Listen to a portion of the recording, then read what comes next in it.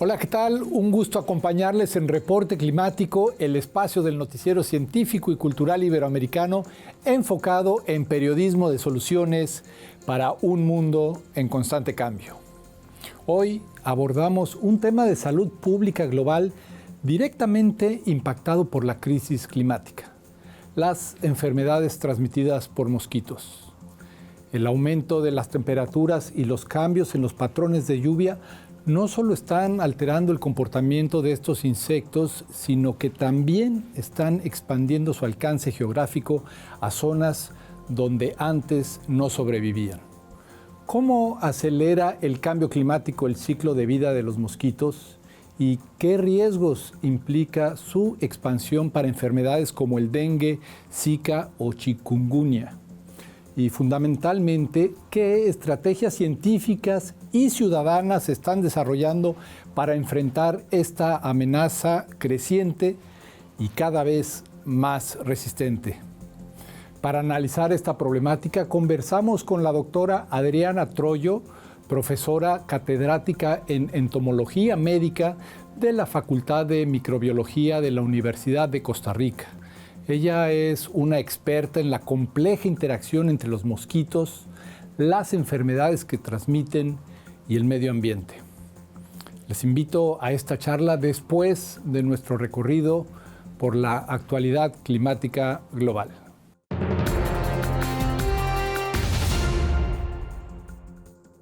El cambio climático está impactando directamente el bolsillo de los consumidores, con un aumento sostenido en el precio de los alimentos. Un estudio liderado por Maximilian Kotz del Centro Nacional de Supercomputación de Barcelona revela cómo eventos climáticos extremos están alterando las cadenas de suministro. La investigación demuestra que sequías, inundaciones y, sobre todo, olas de calor están reduciendo drásticamente los rendimientos agrícolas en regiones clave. Productos básicos como el aceite de oliva, el trigo, el cacao y el café han visto sus precios dispararse. Este fenómeno ya no es una fluctuación temporal, sino una nueva normalidad que impulsa la inflación alimentaria y amenaza la seguridad de las poblaciones más vulnerables. Los expertos advierten que esta volatilidad en los precios será una característica persistente de nuestra economía.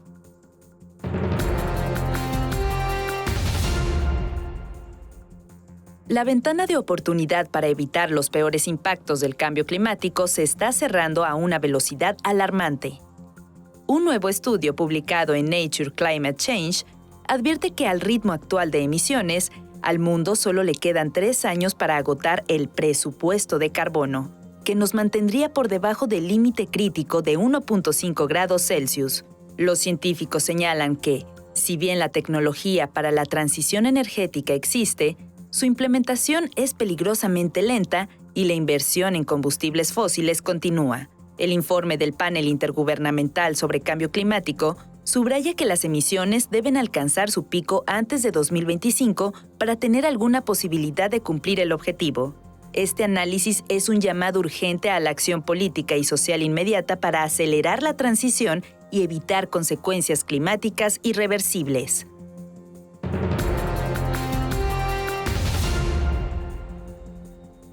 Ante la inacción de los gobiernos frente al cambio climático, una nueva generación está llevando la lucha a las más altas instancias judiciales. Jóvenes de todo el planeta están presentando casos históricos ante cortes internacionales, como la Corte Internacional de Justicia y el Tribunal Europeo de Derechos Humanos, argumentando que la falta de acción climática viola sus derechos fundamentales. Estas demandas, impulsadas por activistas de países insulares, Portugal, Colombia y otras naciones, no buscan compensación económica, sino sentencias que obliguen a los estados a reducir drásticamente sus emisiones y proteger el derecho a un medio ambiente sano para las generaciones presentes y futuras. Estos litigios marcan un punto de inflexión, transformando la crisis climática de un problema ambiental a una cuestión de derechos humanos.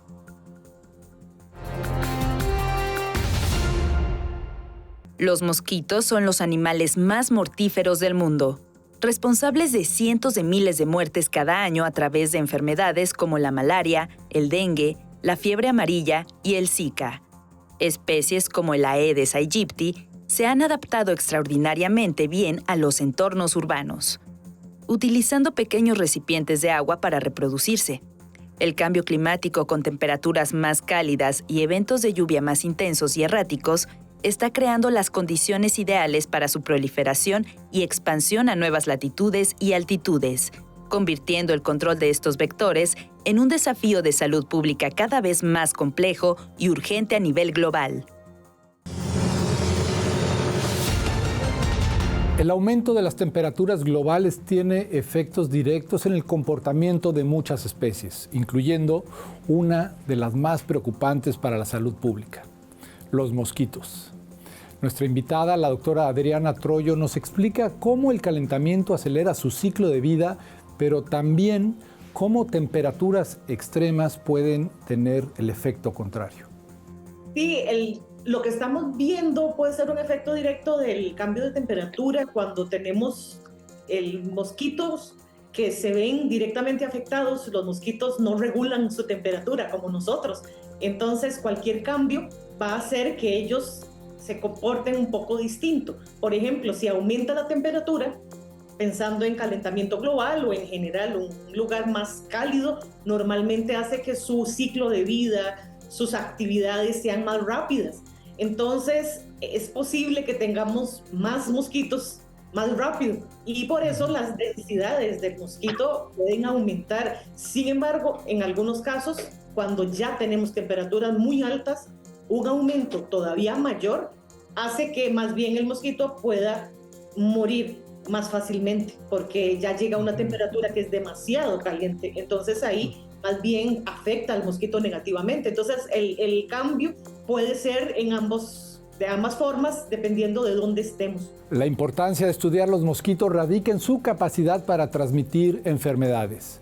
Virus como el dengue, chikungunya y Zika y parásitos como la malaria causan millones de casos y miles de muertes cada año, representando un enorme desafío para la salud pública en las regiones tropicales. De entre las enfermedades hay muchísimas. A nivel mundial, las más importantes en cantidad de casos, por ejemplo, los virus, como el caso de dengue, ese es el más importante, incluso a nivel de mortalidad es uno de los más importantes hablando de virus. Y parásitos también, que es muy escuchado, el caso de la malaria o paludismo, que es un parásito que se llama Plasmodium, que es transmitido también por mosquitos. Sin embargo, nada más hago la aclaración que los mosquitos que transmiten estos dos, por ejemplo, el dengue y la malaria, son distintos, entonces su comportamiento como tal es diferente, pero sí, o sea, son enfermedades en estos casos muy importantes que impactan muchísima población a nivel mundial.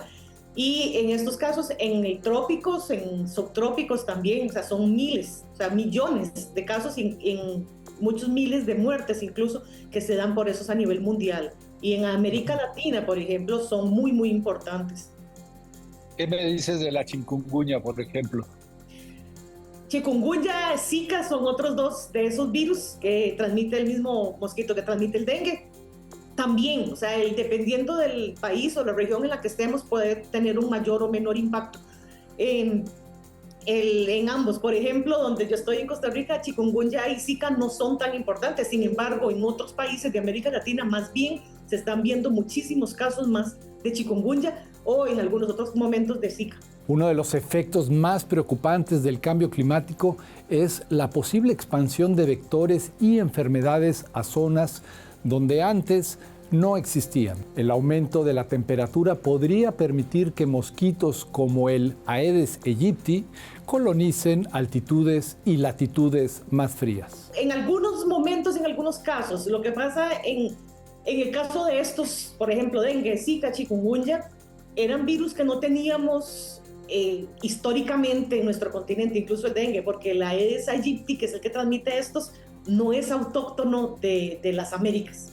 Entonces, él viene de otra parte del mundo. Pero sí fue hace muchísimos años, estamos hablando de siglos, que vino. Y entonces aquí empezó a transmitir estas cosas, pero principalmente dengue. Nosotros todavía no teníamos ni chikungunya ni Zika hace un par de décadas, ¿verdad? Esto es muchísimo más reciente y sí, pues parte de la globalización que tenemos genera esa facilidad Pero sí nosotros hemos tenido ya Aedes aegypti o en el caso de malaria, los anófeles y otros mosquitos que transmiten en realidad durante mucho tiempo. Sin embargo, cosas que se ven que en zonas donde la temperatura era mucho más fría para poder albergar estos vectores, estos mosquitos, si se aumenta esa temperatura con el cambio que estamos viendo, permite entonces que estos mosquitos que antes no estaban en ese sector específico, tal vez en alguna ladera, en alguna montaña, en alguna zona un poco más alta, pues estamos viendo que se están encontrando ya estos vectores y que también en zonas donde no había transmisión, se está viendo transmisión de estos virus, casos de estos virus. Esta expansión de enfermedades no es una amenaza futura, ya es una problemática presente que exige preparación. Fenómenos climáticos extremos como tormentas más intensas también impactan las poblaciones de mosquitos, lo que nos obliga a actuar con urgencia. Sí, en realidad, sí.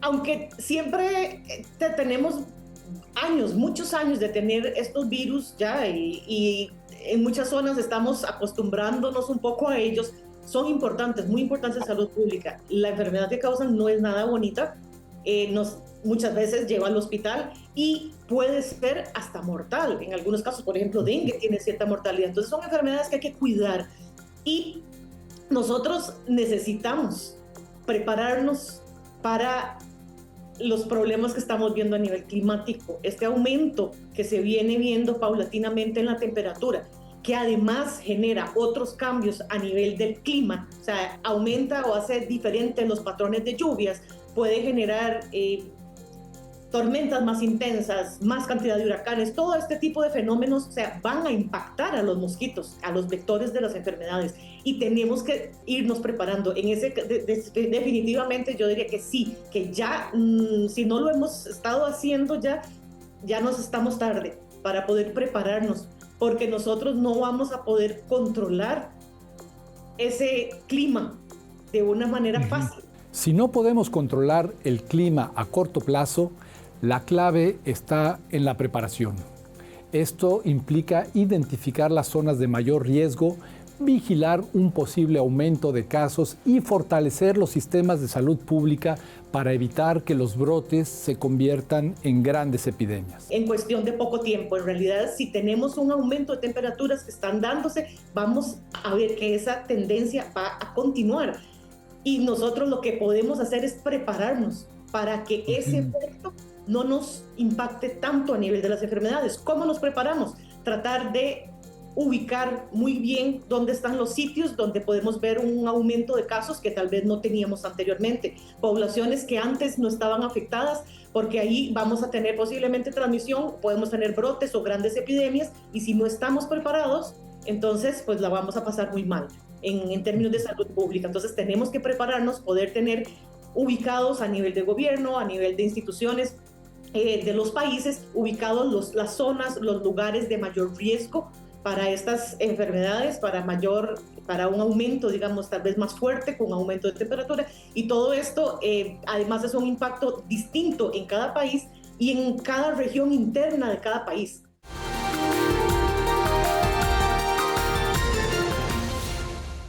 Uno de los mayores desafíos en la lucha contra los mosquitos es la resistencia a los insecticidas. Por selección natural, las poblaciones de mosquitos expuestas repetidamente a un mismo químico desarrollan mecanismos para sobrevivir a él. Este proceso se acelera por el uso indiscriminado de insecticidas en la agricultura y en el ámbito doméstico. Más allá de la vigilancia, la ciencia busca activamente nuevas herramientas de control. Aunque el desarrollo de vacunas para enfermedades como el dengue ha sido complejo, se exploran alternativas novedosas como la liberación de mosquitos modificados genéticamente o irradiados para reducir sus poblaciones. Definitivamente hay alternativas en términos de tratamiento que se están explorando. Lastimosamente las vacunas, por lo menos en el caso de dengue, no han logrado ser efectivas para lo que es población que tiene transmisión continua. Entonces, se sigue trabajando en esto en el mundo. Sin embargo, ha tomado muchos años y me parece que va a seguir tomando años, por ejemplo, en el caso de dengue, pero para caso de Zika, para caso de chikungunya, las vacunas creo que estamos un poquito más cerca de ello. Entonces sí, en el momento que tengamos vacunas vamos a tener una protección, una barrera, una herramienta más, mucho más importante. En el caso de la malaria, el paludismo también, o sea, la posibilidad de tener vacunas nos puede entonces ayudar muchísimo a poder valorar esa transmisión. Y en términos de control de los vectores, de los mosquitos como tal, hay alternativas que se están explorando, que son novedosas, que están dando un efecto interesante, además de lo clásico que ya sabemos que se viene haciendo y que es, de hecho, lo más importante y lo más efectivo, eliminar criaderos, todo esto, protegerse, en el caso de los mosquiteros para la malaria, etcétera. Pero también hay otras cosas que se están haciendo, ya se están probando liberaciones de mosquitos genéticamente modificados, por ejemplo, para que sean ya sea estériles o para que su progenie eventualmente sea estéril cuando se cruzan con los mosquitos que están en el ambiente. Entonces esto se está haciendo para el del dengue, Aedes aegypti, también se está haciendo para los mosquitos de malaria en otras zonas. Entonces estas son herramientas novedosas. Un desafío constante tanto en la medicina como en el control de vectores es el desarrollo de resistencia. Los parásitos de la malaria se vuelven resistentes a los tratamientos y los mosquitos a los insecticidas, lo que obliga a una gestión cuidadosa y a la búsqueda continua de nuevas alternativas. También hay mosquitos irradiados como tal, que en otros insectos ha funcionado muy bien, por ejemplo, no sé, gusano barrenador, cosas de ese tipo, si lo han escuchado. Pero bueno, se está haciendo ya ahora con mosquitos también y los ensayos parece que están funcionando bastante bien en las zonas donde se están liberando, digamos, estos vectores para tratar de por lo menos disminuir la cantidad de mosquitos. En términos de tratamientos, el problema con los virus, por ejemplo, es que los tratamientos específicos normalmente no se dan. Son tratamientos más de soporte, pero sí hay que tener una alerta y vigilancia. En otros casos, como la malaria, los antiparasitarios, sí, las pastillitas que la persona se toma para poder controlar, o sea, disminuir y curarse de esa infección, sí son críticos, pero también estamos viendo resistencia, porque ya los mismos parásitos se van haciendo resistentes al tratamiento. Entonces tenemos que tener alternativas, tenemos que desarrollar más tratamientos un poco distintos, que funcionen distinto, y en el caso de los mosquitos también desarrollan resistencia a los insecticidas. El uso indiscriminado de insecticidas acelera la resistencia, por lo que su aplicación debe reservarse para emergencias. En el día a día, la acción más efectiva y fundamental recae en la ciudadanía. La eliminación de criaderos de mosquitos en nuestros propios hogares y comunidades. Entonces tenemos que tratar de tener un control sobre qué es lo que está ocurriendo para poder utilizar los químicos, en este caso, o tratamiento o insecticidas, que sean los que realmente van a poder atacar a esa población, digamos, del que nos está generando el problema. Y tratar de usarlo, en el caso de los mosquitos, de una forma moderada, porque el problema de la resistencia viene cuando se usa de una manera indiscriminada y cuando no es necesario. Entonces tenemos que limitar en la medida de lo posible el uso de los insecticidas y dejarlos para cuando es necesario, porque son muy útiles, pero normalmente cuando realmente se necesitan en una emergencia, en una epidemia, en un brote, hay que utilizar los insecticidas. Pero en otros momentos tratemos de hacer las otras cosas. Si no tenemos esa emergencia, eliminemos los criaderos, tratemos de protegernos de los mosquitos, tratemos de eliminar los mosquitos de otras formas, especialmente el caso de Aedes aegypti, que está mucho más cerca del ser humano, podemos hacerlo. No tengamos las llantas, lo revisemos, quitemos, lo oímos, lo escuchamos todos los días, a todas las horas, estas medidas, y a veces nos cuesta hacerlo, pero estas son de las medidas más efectivas, por lo menos que tenemos en este momento a nivel amplio para poder actuar, y somos nosotros mismos como ciudadanos los que debemos abocarnos a ello, ¿verdad? No esperar a que venga una autoridad a tirarnos insecticida a la casa, porque si nosotros tenemos el criadero es más fácil quitarlo y nos evitamos el problema también de la resistencia.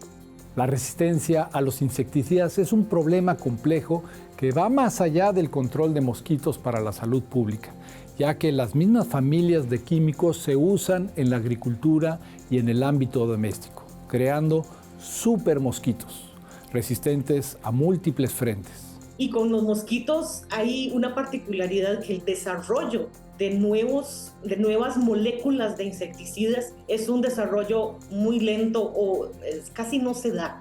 Entonces, casi siempre se desarrolla algún insecticida, entre comillas, nuevo, pero ya pertenece a las familias de insecticidas que conocemos. Por ejemplo, que se utilizan muchísimo los piretroides.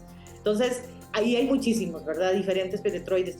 Pero cuando ya hay una resistencia a piretroides en general, entonces ya es a todos esos insecticidas. Y si vamos a crear nuevos piretroides, el mecanismo de la forma en la que actúan en el mosquito, pues es la misma. Entonces la resistencia del mosquito ya dice, ya yo tengo una barrera contra eso. Si usted me lo tira, se llama fulanito, menganito, sutanito, el insecticida, el B o el C, va a actuar sobre esto que tengo aquí y ya lo tengo protegido. Entonces no me va a generar ese problema y yo sigo viviendo porque soy resistente. Entonces eso también nos va a llevar a un serio problema. Tenemos algunas alternativas, por ejemplo, la rotación de tipos de insecticidas. Cuando ya se detecta que hay resistencia en una zona, se cambia a un insecticida distinto para poder tener un efecto, para que no aumente esa resistencia que ya existe y poder después de un tiempo volver al insecticida que se está usando y así sucesivamente. Pero este de los insecticidas no es solo un problema a nivel de control del mosquito, porque también los insecticidas se utilizan en otras esferas, por ejemplo, en la parte de agricultura, de las plagas, y muchas de estas familias de insecticidas pues son las mismas. Entonces, no basta con controlar la fumigación para mosquitos, sino que es un problema ya a nivel de todos los sectores que emplean los insecticidas para poder controlar sus plagas, e incluso el uso doméstico. Nosotros muchas veces no es quien nos venga a fumigar una casa, sino nosotros mismos llamamos a una fumigadora o utilizamos algunos químicos en nuestra propia casa que pueden entonces estar también propiciando la resistencia. Como parte de una estrategia integral, es crucial proteger a los controladores biológicos naturales como los murciélagos. Mantener el equilibrio de los ecosistemas con su diversidad de especies ayuda a regular las poblaciones de mosquitos y a diluir la transmisión de enfermedades. Sí, el control biológico que llamamos, el control biológico se lleva a cabo con otros organismos. En el caso de los beneficiosos, hay muchos que son beneficiosos que nos ayudan a controlar, por ejemplo, mosquitos. Como mencionan, los murciélagos son unos de ellos, ¿verdad? Hay que tenerlos bien, tampoco tenerlos demasiado cerca, porque bueno, también hay unas cosas que pueden estar asociadas con murciélagos o con algunos otros animales, pero es como todo, sí tienen su función importante en la naturaleza, y por eso eventualmente todo lo que sea un balance en la naturaleza es bueno para nosotros, porque ayuda a minimizar la transmisión. Y ahí estamos hablando balance incluso de otros mosquitos. Si nosotros tenemos una zona donde tenemos no solo Aedes aegypti, sino que hay bosque, hay naturaleza, hay otros animales, va a haber muchos mosquitos diferentes. No todos van a ser, por ejemplo, el que transmite el virus que nos afecta. Entonces, ahí digamos, se diluye, se complementan, hay competencia, hay depredadores, y eso, digamos, lleva un balance en la naturaleza. Y eso es lo que en realidad deberíamos de tratar de promover, ese balance a nivel de todo, ¿verdad? Para que la ciencia tenga un impacto real en la salud pública, es fundamental la colaboración entre la academia y los tomadores de decisiones. Las universidades, con su capacidad de investigación, pueden generar los datos que guíen políticas públicas más efectivas. A veces no es fácil, porque todos tenemos tal vez formas de trabajar distintas, pero nuestra meta es la misma. Nuestra meta sigue siendo mejorar la calidad de vida de la población, en el caso de profesionales en salud, ya sea en un ministerio, en un gobierno, en una municipalidad o en una universidad. Nuestro fin va a seguir siendo el mejoramiento de las condiciones y de la humanidad. Entonces, con ese fin, o sea, yo creo que podemos llegar a acuerdos y normalmente nos podemos complementar. Nosotros en una universidad no vamos a ir a hacer las fumigaciones a las casas, porque eso sí le corresponde tal vez a otro sector. Sin embargo, podemos colaborar. Si no tienen, por ejemplo, personas que puedan analizar los datos de una manera profunda, de hacer estudios controlados, tal vez en las universidades sí tenemos la posibilidad de generar investigación que apoye y que genere resultados que utilicen los tomadores de decisiones, o sea, que se tomen las decisiones con base en datos, ya no solo en observaciones, que también son muy importantes, sino con otros tipos de datos. La conversación con la doctora Adriana Troyo nos deja una advertencia clara. El cambio climático no es solo una amenaza ambiental, sino también una creciente crisis de salud pública. La expansión de mosquitos y su creciente resistencia a los insecticidas nos obligan a repensar nuestras estrategias. La solución, como hemos visto, no es única, sino una combinación de ciencia de vanguardia, vigilancia epidemiológica, un uso racional de las herramientas químicas y, de manera crucial, la acción consciente y constante de cada ciudadano para no dar tregua a los criaderos. Prevenir, en este caso, es la herramienta más poderosa que tenemos. Así llegamos al final de esta emisión de Reporte Climático. Gracias por habernos acompañado. Soy Iván Carrillo y les espero la próxima semana con más periodismo de soluciones para un mundo en constante cambio.